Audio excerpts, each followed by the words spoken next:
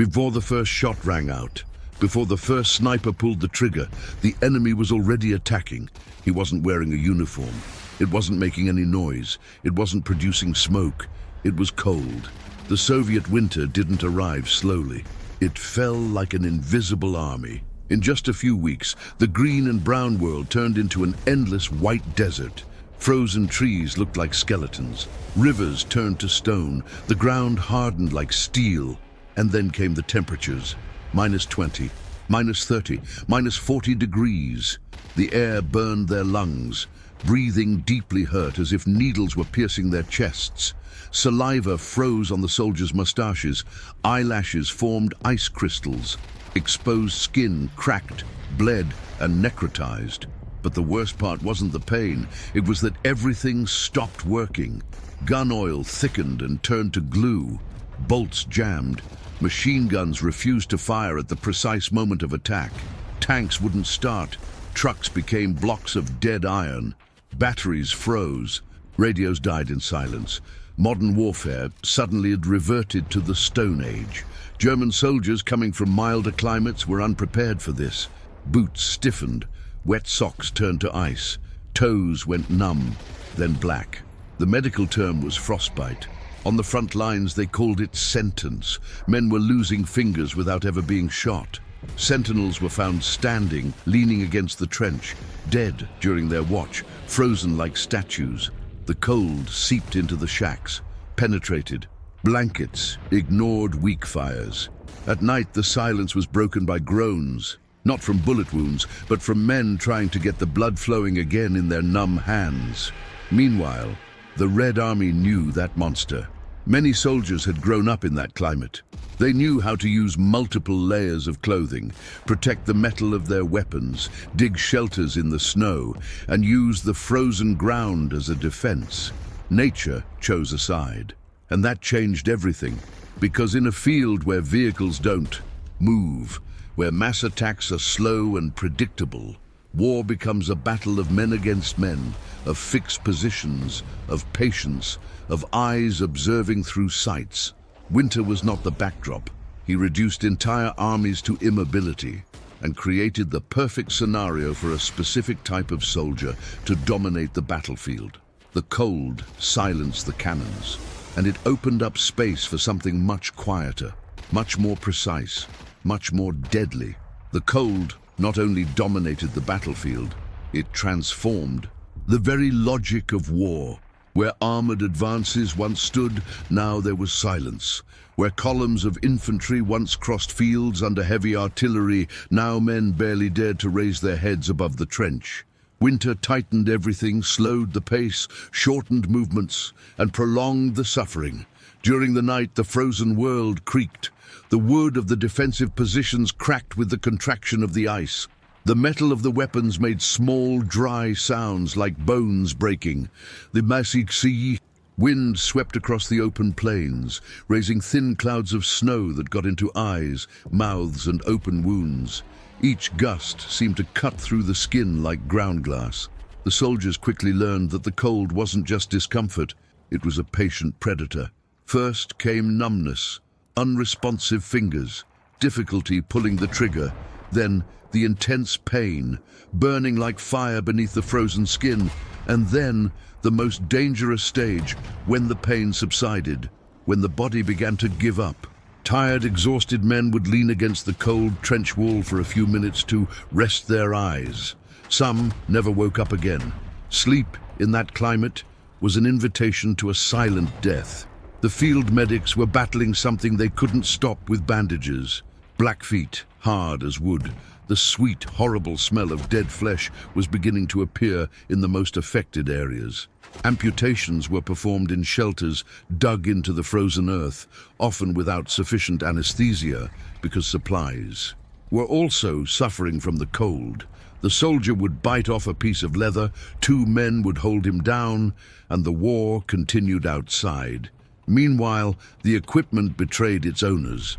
German soldiers, accustomed to keeping their weapons lubricated, discovered that ordinary oil froze.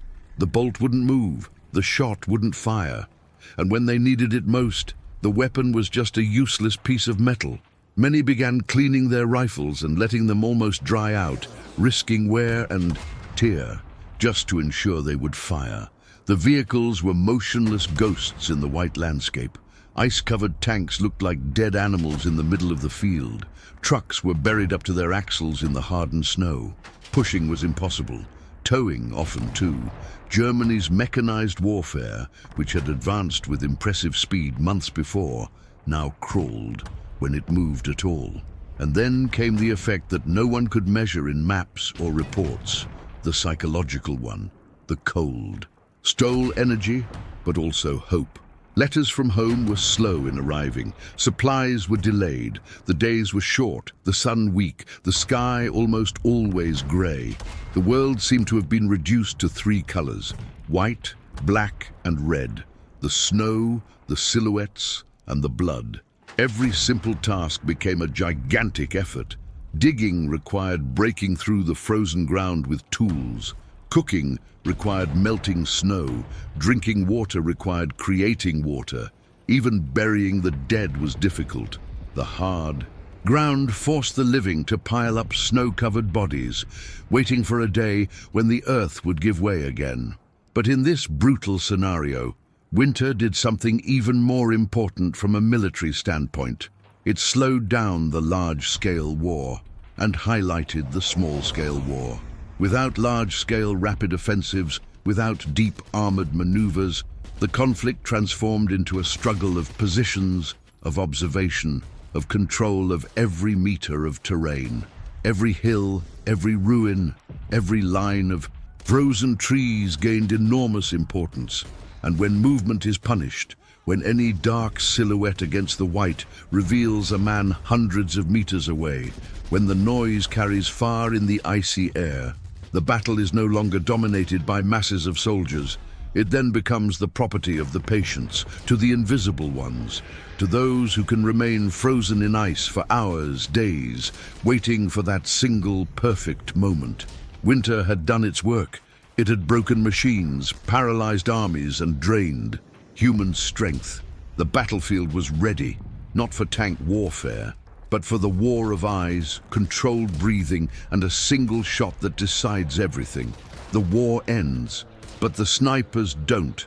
As winter truly set in, something curious was happening on the Eastern Front. The large-scale attacks began to diminish. Generals were still planning offensives, maps were still being sketched, orders were still being shouted.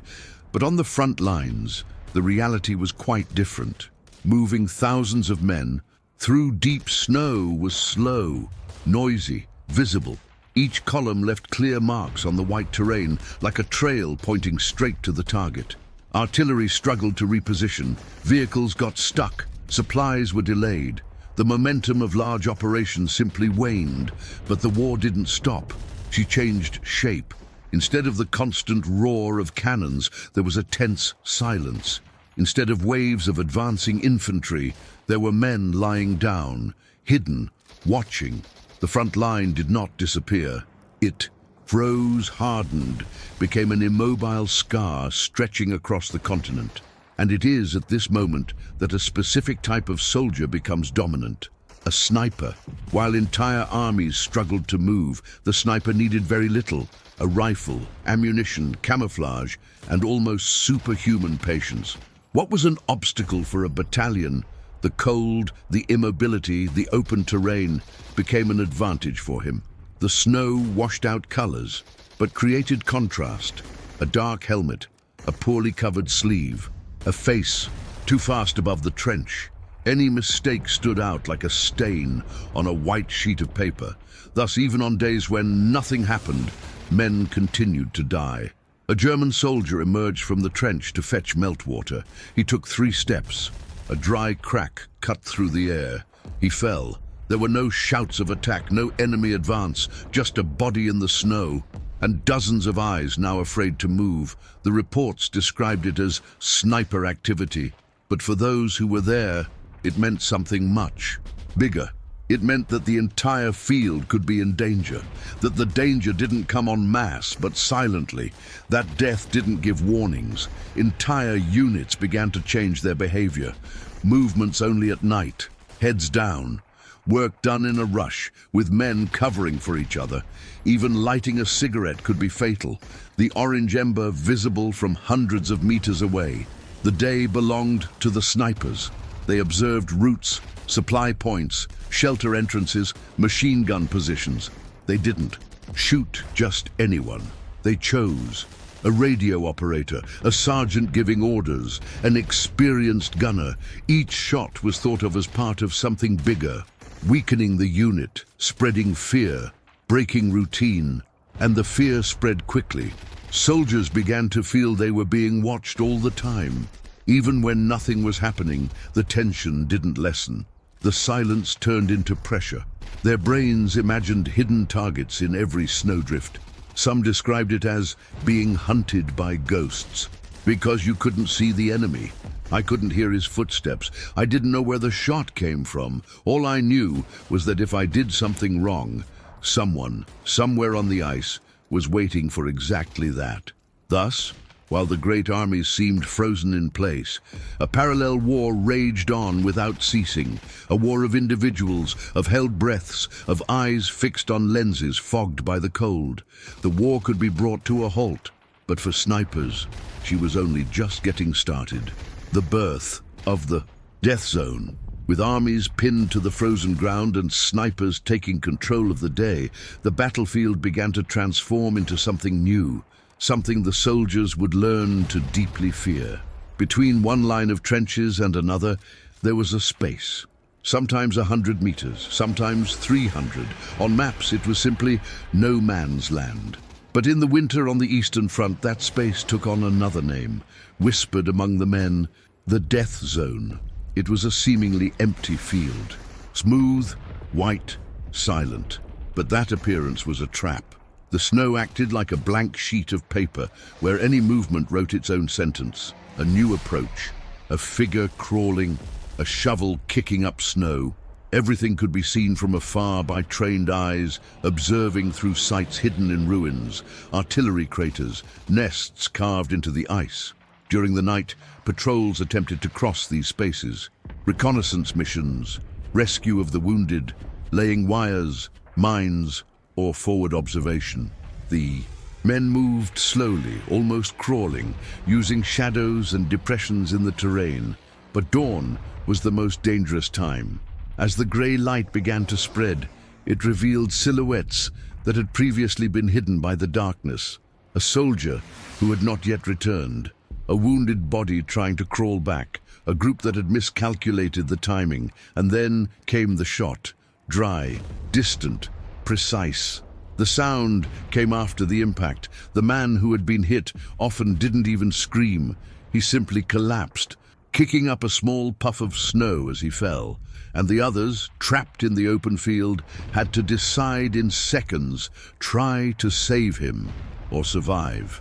Many bodies were left there, not because of a lack of courage on the part of their companions, but because attempting a rescue meant offering them another target.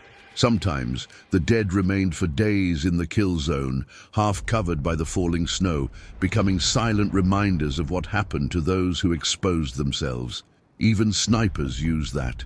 They knew that an abandoned body would attract attention. They knew that someone would try to find identification tags, documents, or simply give it a proper burial. So they waited, motionless, patient, their sights set not on the dead man, but on whoever came looking for him. The death zone wasn't just physical, it entered the mind. Soldiers walked past, gazing at that white space as if it were an ocean teeming with invisible predators. The simple act of standing up to run a few meters required an internal struggle against the instinct for self-preservation.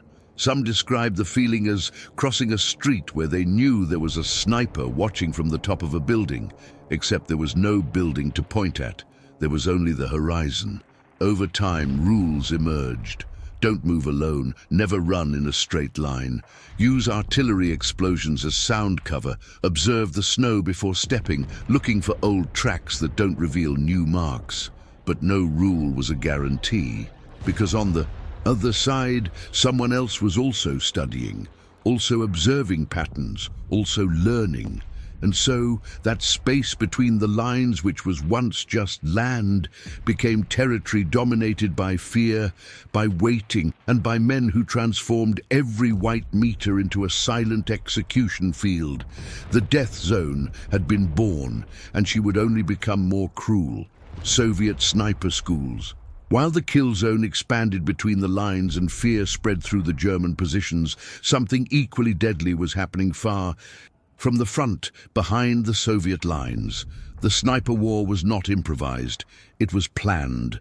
The Red Army understood one thing with brutal clarity.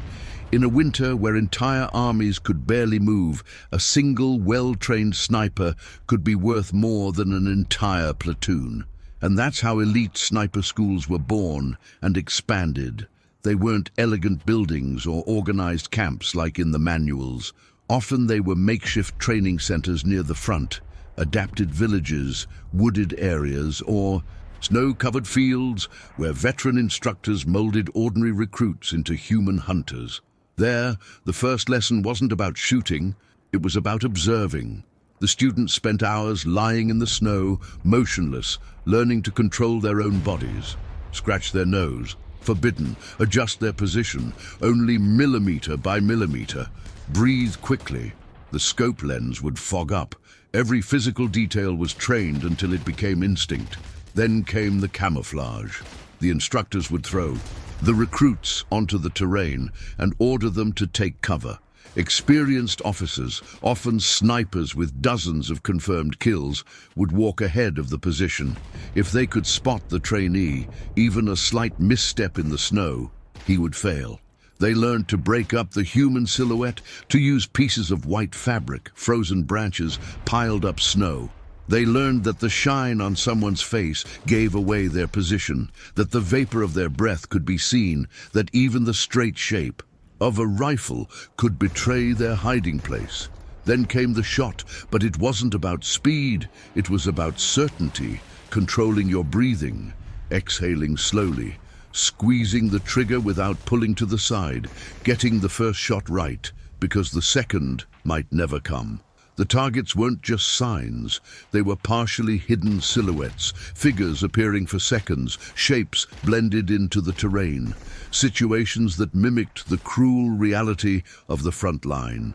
Another essential part was mental resilience. The instructors knew the sniper fights against two enemies, the opponent and his own body. Cold, hunger, pain, fear of being discovered. That's why they trained recruits to lie still for hours without speaking, without moving, just observing. Sometimes they left the student there until the limit, just to teach that patience was the main weapon. And there was something else that made these schools unique. They trained women too. Many young Soviet women, motivated by the invasion of their lands, became elite snipers. They possessed discipline, resilience, and often a natural ability for observation. On the battlefield, the enemy saw no difference, only the result of a well-aimed shot. The trainees didn't go out like ordinary soldiers. They went out in pairs or small groups, often with an observer and a sniper. Their mission wasn't to advance en masse, but to infiltrate, observe, choose important targets, and disappear. And when those snipers arrived at the frozen front line, they weren't just men with rifles.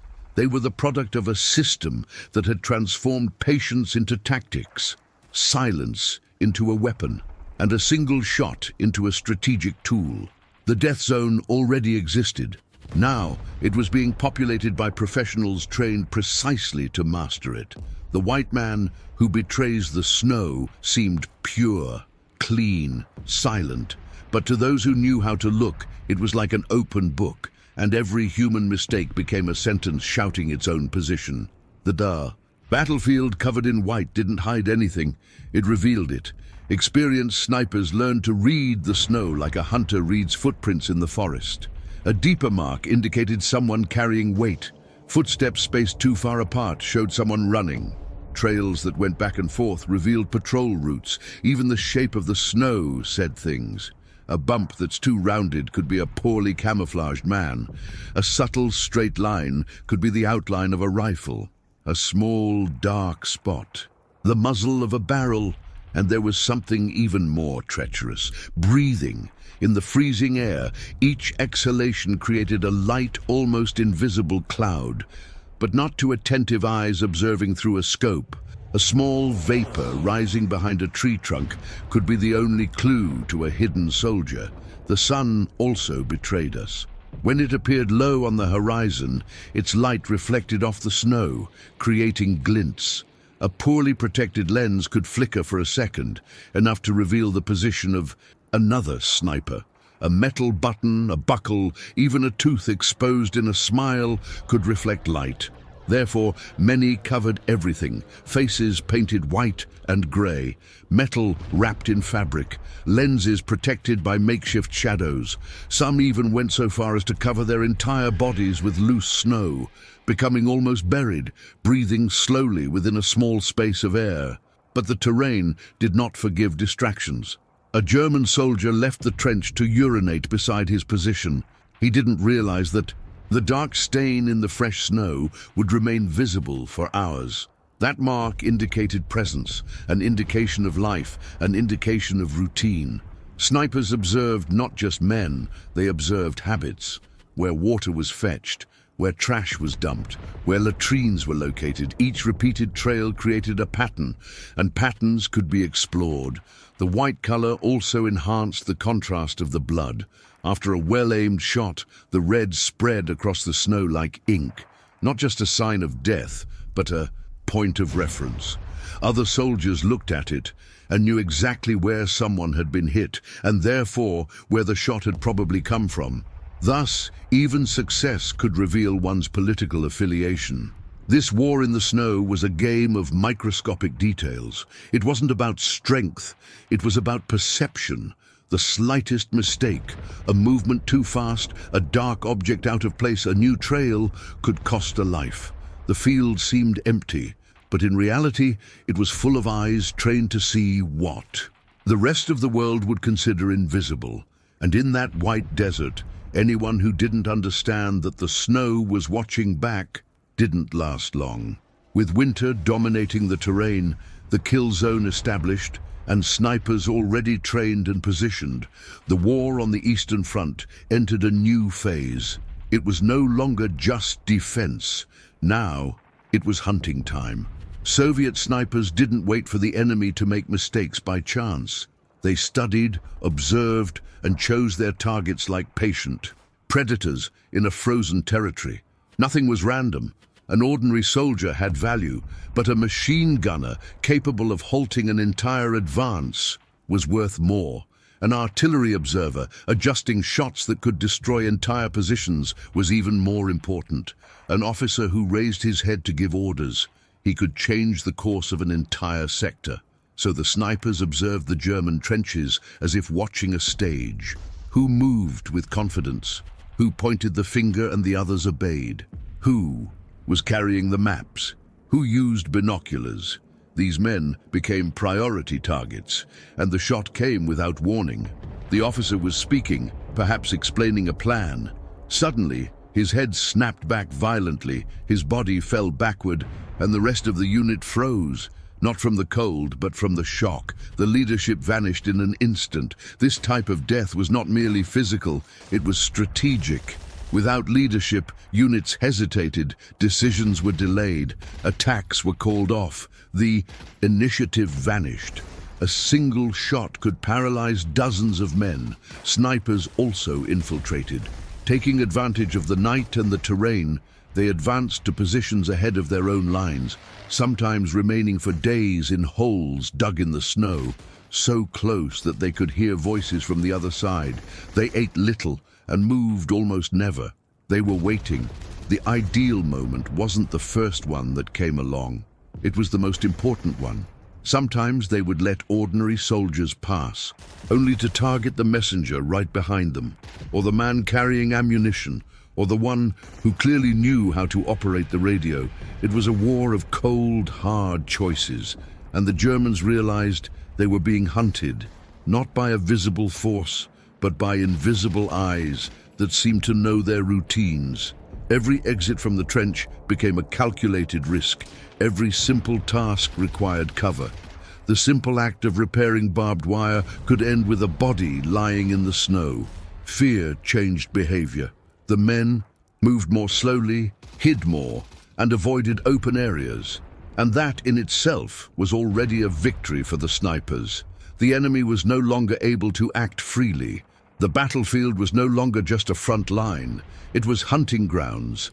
And amidst the icy wind, the frozen trees and the heavy silence, men lay in the snow, their fingers numb on the trigger, deciding who would live another day. The war had decreased in scale, but it had become much more personal.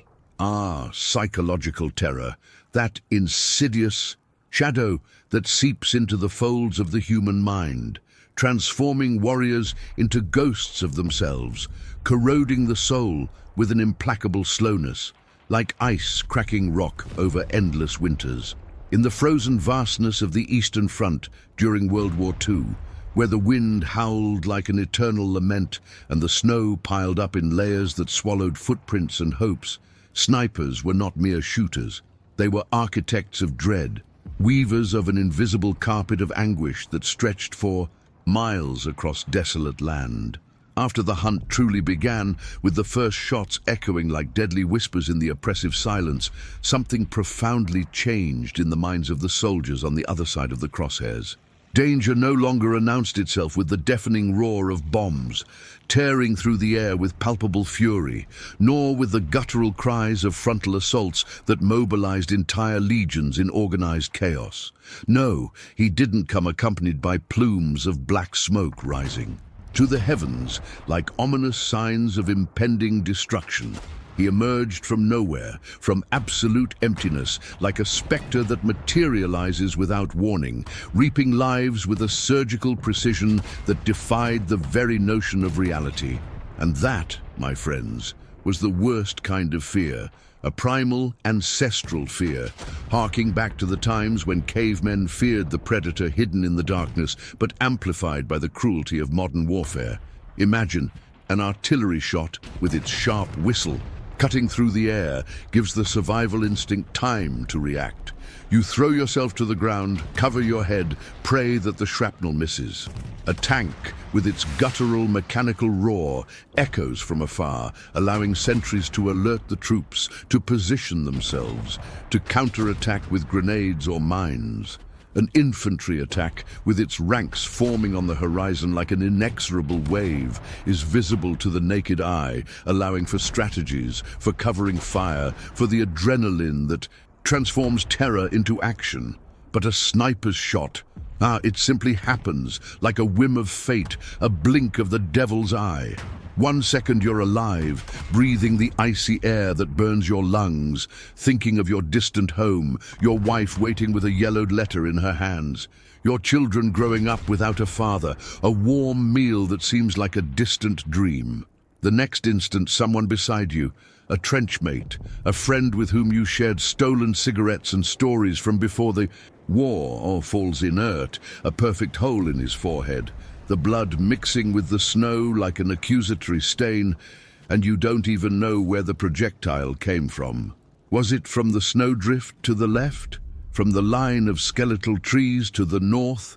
From the grey sky that seems to conspire against you? The constant unknown corroded your nerves like a slow acid, dissolving your courage layer by layer, leaving only the empty shell of a man who once considered himself invincible. German soldiers, the very same ones who had marched triumphantly across Europe in seemingly invincible blitzkrieg campaigns, began to avoid any movement during the day, transforming into nocturnal creatures, shadows creeping beneath the cloak of darkness, to rise to survey the terrain, only for fleeting seconds, their hearts pounding like an out-of-control war drum, their eyes blinking frantically, searching for a treacherous gleam in the distance. To walk outside the trench? Only running, bent over like a wounded animal, shoulders hunched, backs arched, as if the air above their heads were poisonous, impregnated with invisible death. The open field, once a stage for grand maneuvers and heroic advances, was no longer neutral ground. It was a palpable threat, A vast ocean of white where every step could be the last, where the ground seemed to whisper promises of annihilation. Even simple routine tasks, which on other fronts would be performed with the banality of a daily ritual, became Herculean ordeals, tests of sanity that pushed men to the abyss of madness. Bringing food to the advanced position meant crawling for hours through the snow, stomachs rumbling with hunger while fear gripped them. Fetching water from a frozen stream required navigating exposed roots, bodies trembling, not only from cold, but from terror. Changing watch shifts was a game of Russian roulette, where the previous watchman whispered warnings like ancient curses. Each movement required meticulous planning, simulated fire cover, distractions like random shots to lure the enemy. And even then, there was no guarantee. The bullet could come at any moment, a messenger of death that did not discriminate by rank or bravery. The feeling of being watched never went away, lingering like an oppressive fog that seeped into their pores, their thoughts, their waking dreams. Men described it as if invisible, cold and merciless eyes were upon them all the time, scrutinizing every gesture, every breath, every involuntary tremor. Some began to see targets where there was nothing but an illusion forged by the exhausted mind. A crooked branch, twisted by the wind, became the barrel of a rifle pointed directly at their chest. A pile of snow accumulated by a night gust became the camouflaged helmet of an assassin. A shadow elongated by the setting sun became the silhouette of a crouching sniper. The mind, tired and under constant pressure, created enemies in every shadow, in every irregularity of the terrain, transforming the world into a labyrinth of paranoia where reality dissolved into delusions. And sleep, sleep made everything worse, becoming a treacherous enemy that promised relief but delivered only torment. At night, the body tried to rest, huddled in makeshift shelters of snow and rotten wood, but the brain remained alert, a hypervigilant sentinel that allowed no respite. Nightmares invaded the rest, visions of comrades falling, of bullets piercing skulls, of distant families, weeping over empty graves. Constant jolts, a crack of ice, the wind whipping against a loose tarp, the distant rumble of an engine. Any noise made the man grip his weapon with trembling hands, his heart racing as if it were about to explode. And when the day dawned, with that grey and diffuse light filtering through the heavy clouds, came the return of the silent terror, an endless cycle that crushed the will to live. Entire units were psychologically trapped, immobilized, not by visible wounds, but by invisible chains, forged in the furnace of despair. There were historical cases of soldiers who simply refused to leave the trench, not out of common cowardice that could be punished by firing squad, but because their minds were already broken by constant tension, fragmented into irreparable pieces. Remember the accounts of Wehrmacht divisions around Leningrad or on the snowy plains near Moscow, where men hardened by years of combat cowered like terrified children, murmuring incoherent prayers, their eyes glazed over at a horizon that promised only death. The fear of an invisible shot paralyzed more than any physical injury. A broken leg could be bandaged, a lost arm could be replaced by determination, but a shattered mind. It dragged the body into the abyss of inactivity, turning entire regiments into mere spectators of their own ruin. And the snipers knew this. Oh, how they knew. They, the ghosts of the snow, the lords of silence, didn't always need to shoot to exert their dominion. Sometimes their mere presence was enough, a rumor of their existence spreading like a plague. A sector where 2 or 3 men had been hit, perhaps an officer shouting orders, a messenger running with crucial dispatches, a sentry relaxing for a fatal instant, became a cursed area, a place where the air seemed heavier, where the wind carried echoes of past gunfire. The enemy avoided that spot with superstitious reverence, delaying vital movements, changing entire supply routes, wasting fuel and morale on tortuous detours. Silence became a weapon, a sharp blade that cut without touching, that bled the soul without spilling blood. Because human beings can withstand explosions, withstand noise, withstand chaos for a time. The body adapts, the mind hardens in the fury of battle. But the prolonged silence, laden with latent threat, consumes from within like an invisible cancer. Each minute seems like an endless hour, each hour a day of agony, each day an eternity of doubt and dread.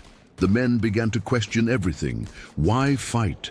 Why survive another day in this white hell? Despair set in, a profound hopelessness that undermined loyalty, that made soldiers dream of desertion, of surrender, of the comforting embrace of death as final relief. The war ceased to be merely physical, with its clashes of steel and fire, and entered the mind like a voracious parasite, feeding on rational thoughts and spitting back illusions of terror. And when fear controls decisions, an army's efficiency plummets like a house of cards in the wind. Movements become slow, hesitant, full of fatal pauses. Errors increase, with patrols lost on wrong routes, delayed supplies leading to hunger and weakening. Confidence disappears, with soldiers doubting commanders, comrades, and themselves. A soldier who doubts every step does not fight with the same strength. He drags himself along. He survives by inertia. He becomes easy prey for the next shot. Thus, without major battles happening at that moment, without spectacular advances on the strategic map filling the headlines of Berlin or Moscow newspapers, the snipers were winning something essential: the war of the mind, the invisible conflict that decided the fate of nations.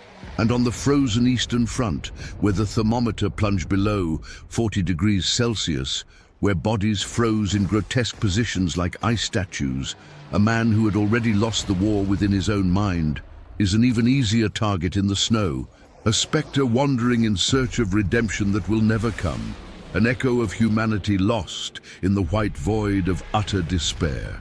But terror, that insatiable monster that devoured minds and souls in the icy vastness, did not go unanswered, did not linger unchallenged in the air, heavy with frost and death. The Wehrmacht, forged in the flames of the swift and overwhelming conquests of the Blitzkrieg, accustomed to the war of rapid movement and heavy firepower that had subjugated Poland in weeks, France in months, began to understand, with a painful and costly slowness, that it was facing a different enemy, an adversary that did not surrender to numerical superiority or the roar of cannons. It was no longer enough to send more men, hordes of infantry marching in impeccable formation, more machine guns spitting lead in furious bursts, more artillery thundering like angry gods of Olympus. The problem was not quantity, that crude metric of brute power. It was precision, subtlety, a deadly dance on the threshold of human perception. And so, from the German side, their own hunters emerged, shadows among shadows, predators forged in the crucible of desperate need, experienced snipers, talented marksmen who had proven their worth in pre-war hunts in the Bavarian forests or the Austrian Alps, and soldiers with nerves of steel, tempered by the Western Front or the sands of North Africa, began to be meticulously selected, trained in isolated camps where the cold simulated the Eastern inferno, and sent to confront the invisible threat that reaped lives like a mythological reaper. Now, the silent war reached a new level of intensity, an elevation to the realm of sublime terror. It was no longer sniper against ordinary infantry, mere pawns on the chessboard of death, but sniper against sniper, masters against masters in a ballet of patience and cunning that defied the limits of human endurance. And this type of combat was unlike anything the history of war had recorded until then. Unlike the Napoleonic cavalry charges, the muddy trenches of the First World War, the titanic naval battles in the Atlantic, there was no grand advance with flags waving and trumpets sounding. There were no shouts echoing across the field, inflaming the blood with primal fury.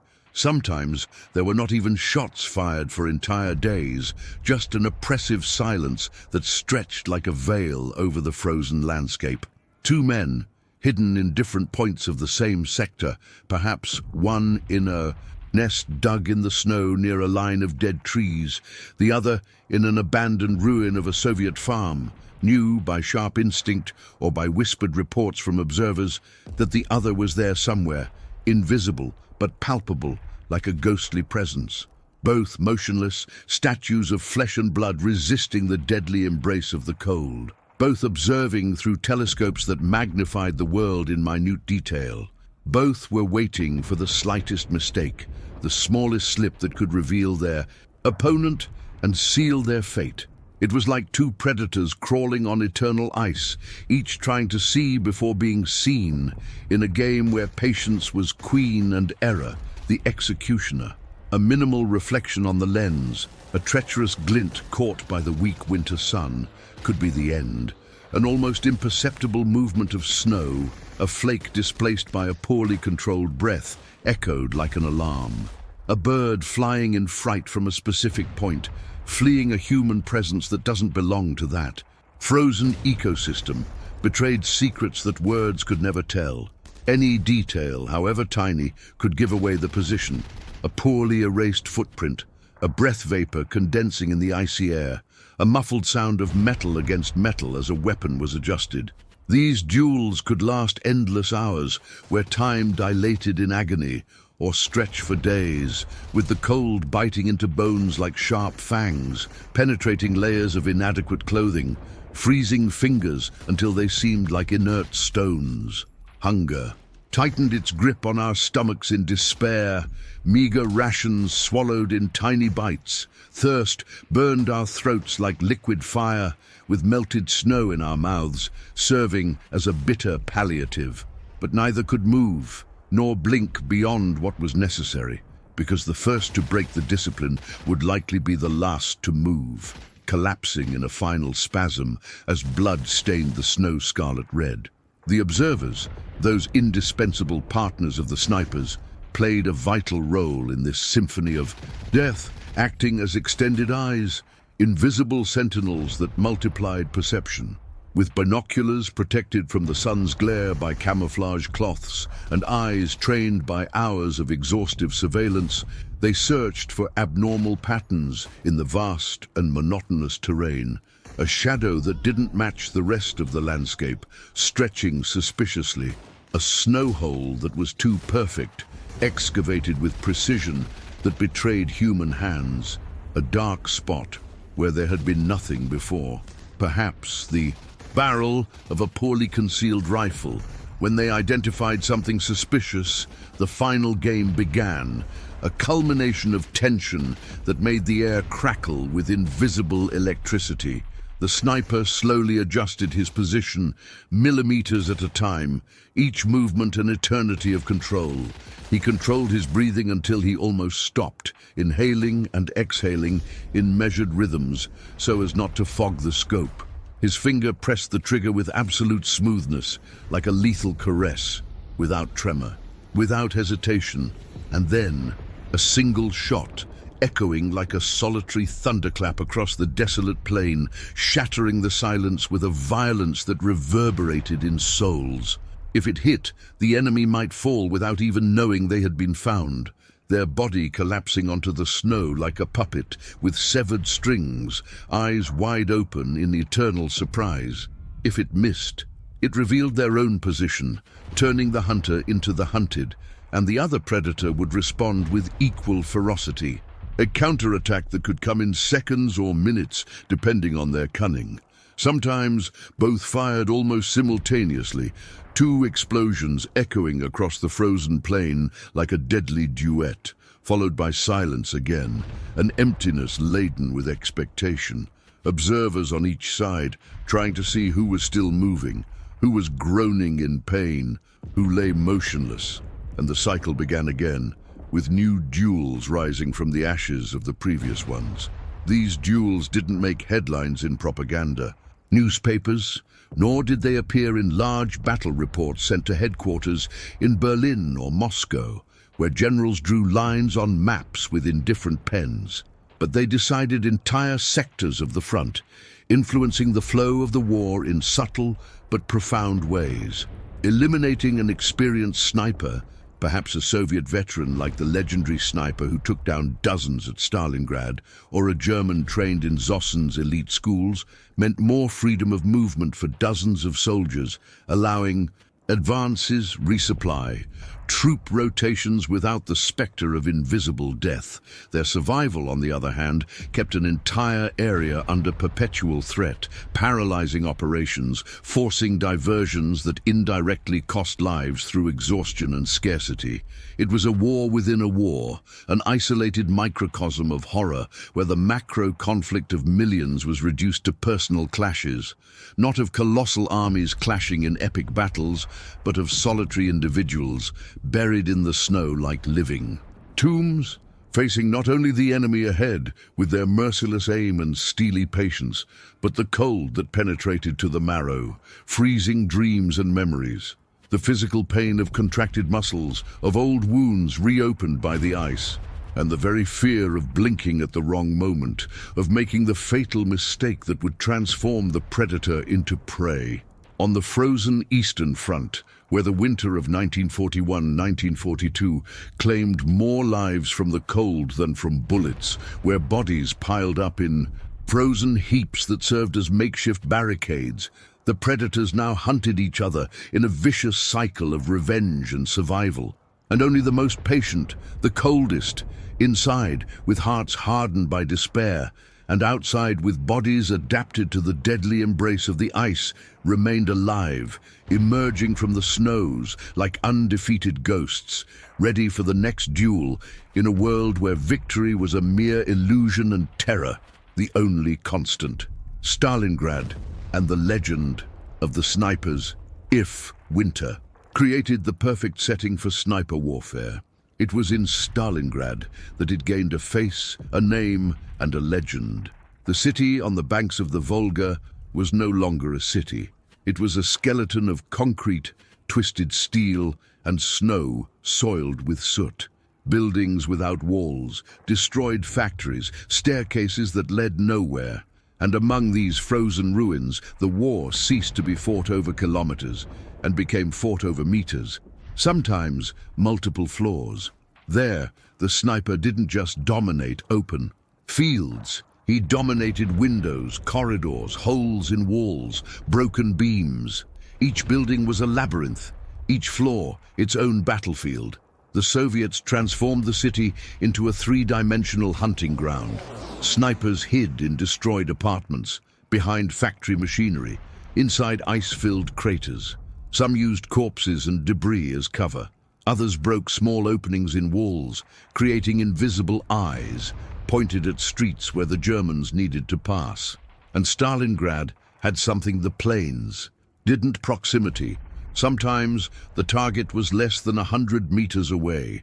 The sniper could see the vapor in the enemy's breath, the exhaustion on their face, the fear in their eyes. It was an intimate, brutal war, where a single shot echoed between broken buildings like trapped thunder.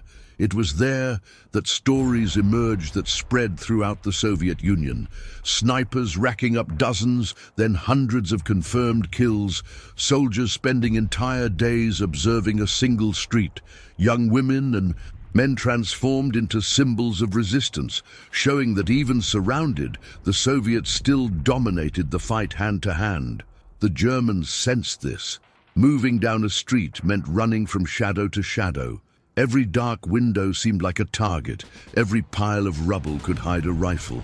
Entire troops were stuck for hours because no one wanted to be the first to cross an open space. There were buildings that changed hands several times in a single day, but even when the Germans occupied a floor, they weren't sure they were alone. Soviet snipers sometimes hid behind enemy lines, waiting for the right moment to shoot and disappear again. The city has turned into a deadly chessboard, and the sniper, the most unpredictable piece. Stalingrad transformed sniper warfare from a tactical strategy into a symbol. It showed the world that a single man, well-positioned, could control streets, engage units, and influence entire battles. But he also made the cost clear, because for every legend that was born, There were dozens of bodies on the staircases, in the hallways, on the streets covered in snow and bricks.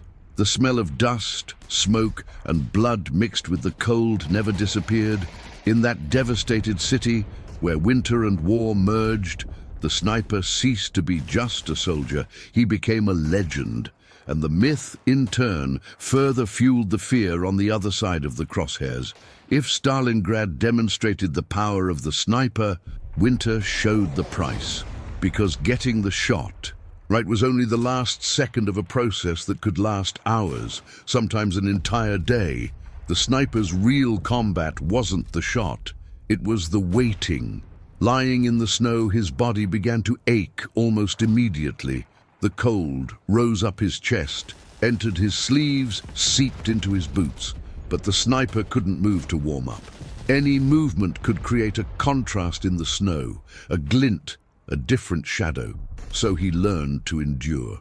The location was carefully chosen. A small hole dug in the ice, a natural depression in the terrain.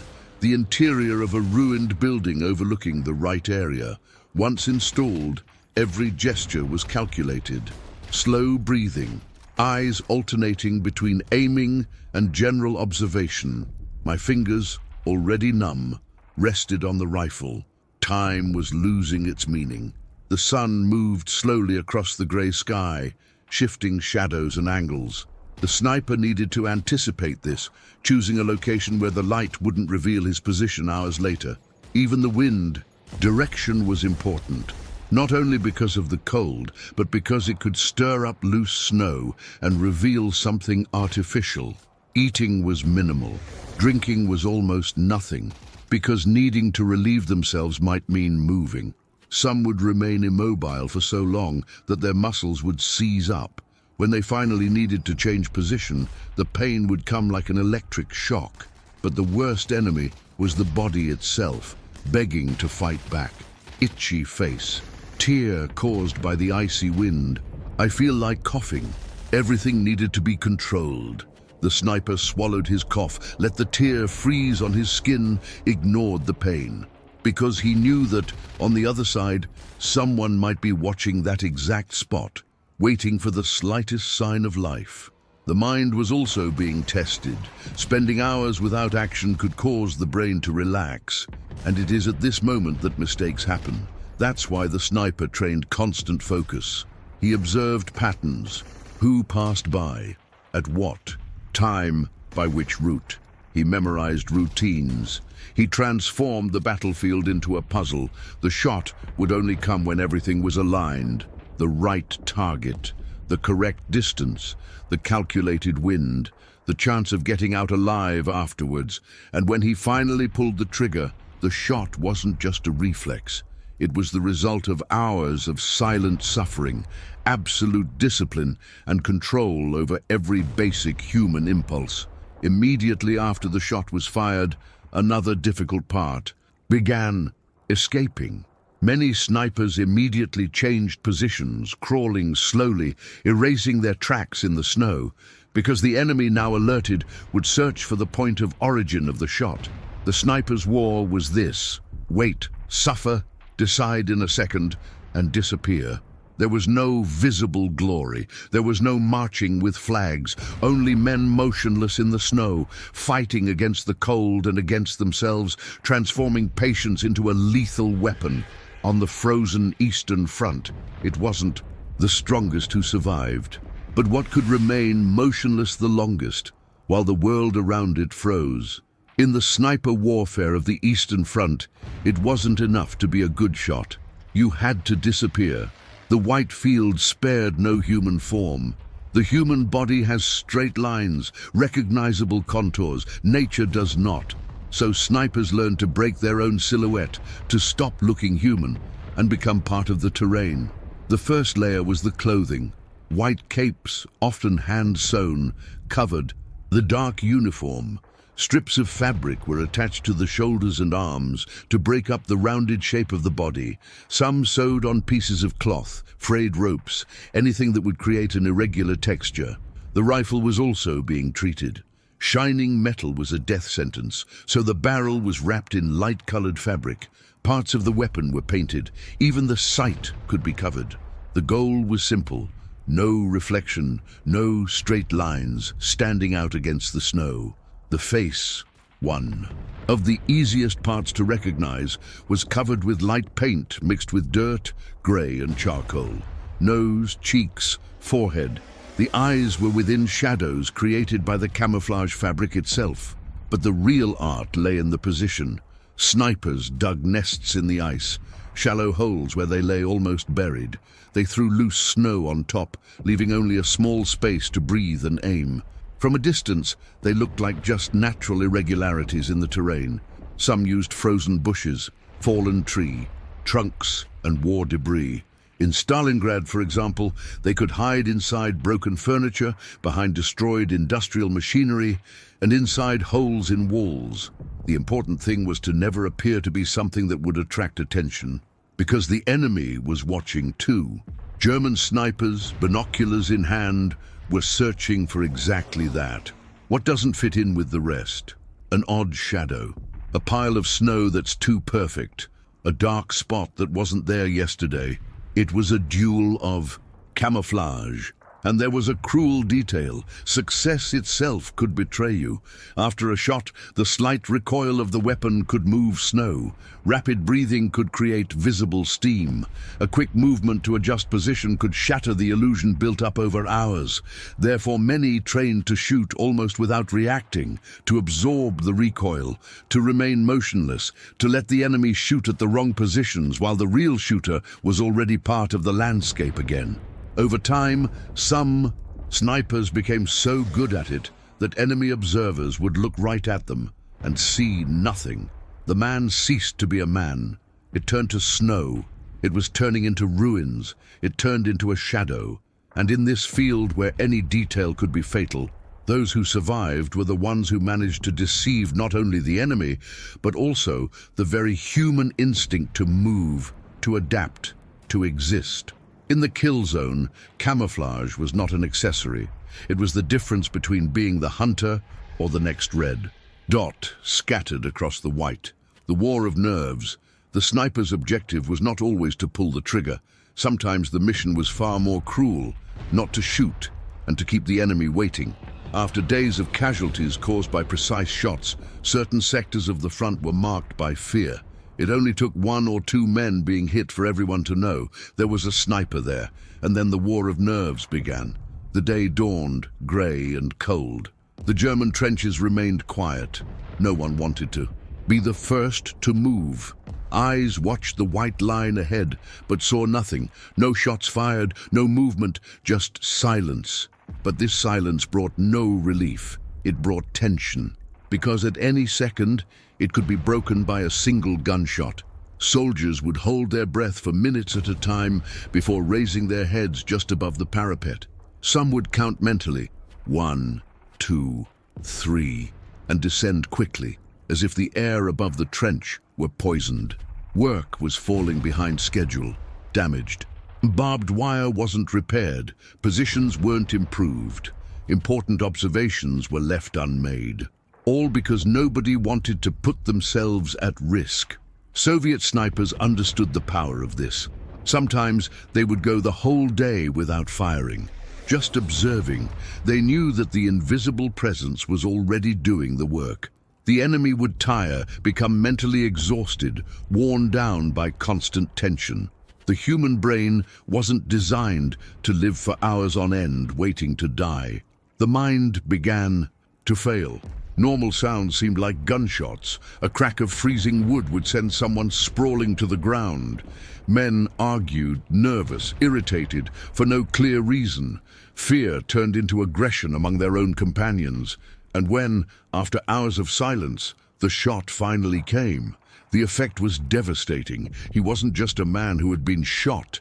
It was confirmation that the danger had been there all along, that the shooter could have fired earlier but chose the exact moment.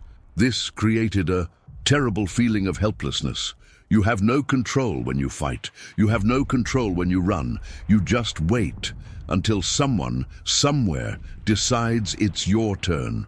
Some commanders tried to respond with suppressive fire, strafing suspected areas, firing light artillery, but firing into the snow, without a visible target, often only wasted ammunition and did not eliminate the real threat. The war there was no longer about territory, it was about mental resilience. Who could withstand pressure the longest? Who could maintain discipline while fear gnawed at them from within? Who made the first mistake? On the frozen Eastern Front, a bullet could kill the body, but the waiting, that killed the mind long before it happened. Strategic impact. At first glance, the sniper war seemed too small to influence something as gigantic as the Eastern Front. A shot here, another there, a man fallen in the snow. But the generals began to realize that these isolated shots created far greater effects than the numbers showed. A well-positioned sniper could block a supply road. Trucks wouldn't approach certain areas during the day. Ammunition, food, and reinforcements were delayed.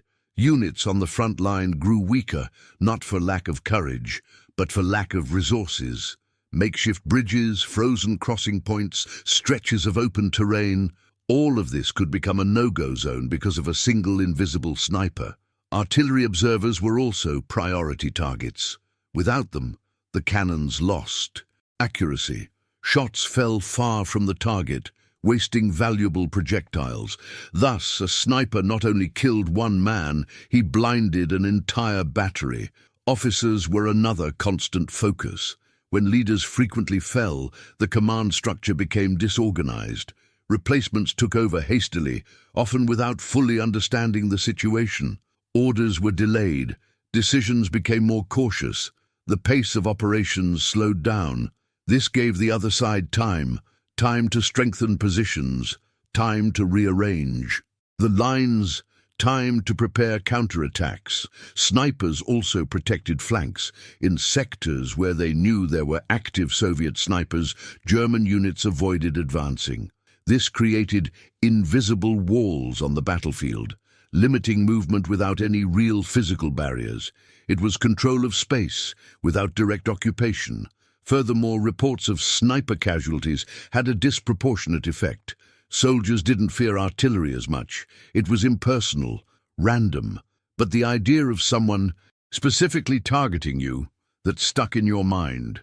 Morality was falling, and morale in war is fuel. When men hesitate, they attack more slowly. When they attack more slowly, they lose the initiative. And on the Eastern Front, losing the initiative could mean losing cities, rivers, vital positions. The Soviets understood this and integrated snipers into their defensive and offensive doctrines. They weren't just isolated marksmen, they were part of the combat system, operating alongside infantry, artillery, and reconnaissance. The battlefield then was not shaped solely by divisions and armies. It was also shaped by men lying in the snow, invisible, influencing decisions from miles away with a single well-placed shot. The sniper war proved a harsh truth about the Eastern Front. Sometimes the course of a gigantic battle could be altered by someone no one could see, until it was too late. The thaw and the end of the hunting season. But nothing on the Eastern Front lasted forever. Not even the absolute rain of winter. Slowly, almost imperceptibly at first, the cold began to lose its strength. The sun lingered a little longer in the sky. The snow, once dry and hard as stone, became heavy and damp. During the day, the white surface began to sink beneath the boots. And that changed everything. The white world that revealed every step began to transform into a sea of mud. The death zone, once smooth and open, became uneven. Dark terrain full of puddles, ruts, and dirt. The melted snow mixed with earth created what the soldiers called Rasputitsa, the mud station. For the snipers, the perfect scenario was beginning to unravel. Visibility was decreasing. The contrast between man and terrain was no longer so clear. The absolute white gave way to shades of brown and grey. Footprints blended into the mud. Reading the terrain became more difficult. Furthermore, movement was once again possible, albeit difficult. Vehicles that had previously been trapped in the ice began to attempt to move forward. Troops moved more, albeit slowly. The war was once again gaining greater scale. Artillery and armored vehicles regained prominence. The field was no longer dominated by isolated individuals and was once again controlled by entire units. Nests dug in the snow disappeared. Makeshift shelters melted. White camouflage lost its usefulness. The sniper needed to adapt quickly to a dirty, wet, unstable environment. But the thaw brought its own horrors. Bodies that had lain under the snow for weeks began to surface. Hands emerged from the mud. Frozen faces were now exposed. The smell of decomposition mingled with the damp air. The field revealed the human cost that winter had concealed. For many, this was the hardest part, because while the snow covered everything, death seemed distant, silent. With the thaw, it became visible, present, inescapable. Snipers were still active, of course, but they no longer had the same absolute dominance. The pace of the war was changing again. Large-scale operations were returning to the commander's plans. Offensives were being prepared. The hunting season, as some called the peak of the winter sniper war, was coming to an end. But what she left behind did not disappear with the snow. Entire units had been worn down, leaders had fallen, men bore invisible scars of constant fear, and the armies had learned a lesson they would not forget. In extreme cold, when machines fail and armies grind to a halt, the war belongs to the patience, and although the ice was melting, the mark left by that silent war would continue to influence everything that came after. When the cannons roared back to full force and the armies resumed major offensives, it might have seemed that the silent war of the snipers would be left behind, lost beneath the mud of the thaw. But that was not what happened. What was learned in those frozen landscapes changed the way armies viewed the battlefield. The Eastern Front demonstrated that a single well-trained sniper could influence not only a local battle, but the behavior of entire units. It showed that war was not just about tanks, planes, and divisions, but also about individuals capable of controlling space, time, and fear. After those brutal experiences, the sniper ceased to be just a soldier with good aim. He became an expert. Armies began to study camouflage, patience, and precision shooting in extreme conditions more thoroughly. Techniques developed in the snow, breath control, terrain reading, strategic target selection became the basis for modern elite sniper doctrines. But the legacy wasn't just technical, it was psychological. The sniper war on the Eastern Front proved that fear can be as powerful as firepower, that the invisible presence of a sniper can paralyze movements, wear down troops, and change decisions even without major battles taking place. This lesson would resonate in future conflicts around the world. And then there was the human legacy. Many of those who survived those hunts in the ice were never the same again. Men who spent days lying in the snow, observing through scopes, carried memories of faces seen seconds before pulling the trigger. The war there was too close, too personal to be forgotten. Some became instructors, passing on their knowledge. Others tried to leave it all behind, but the memory of the winter, the silence, and the solitary shooting remained vivid. In the end, the sniper warfare on the Eastern Front was more than just a winter tactic. It was an extreme portrayal of modern warfare, technology limited by the conditions, men reduced to the bare essentials, survival dependent on discipline, control, and nerves of steel. In the vast white expanse, where entire armies stopped, it was the invisible ones who shaped the destiny of many battles. And so, amidst snow, ruins, and silence, was born the certainty that would go down in military history. Sometimes, the most dangerous man on the battlefield is the one no one can see.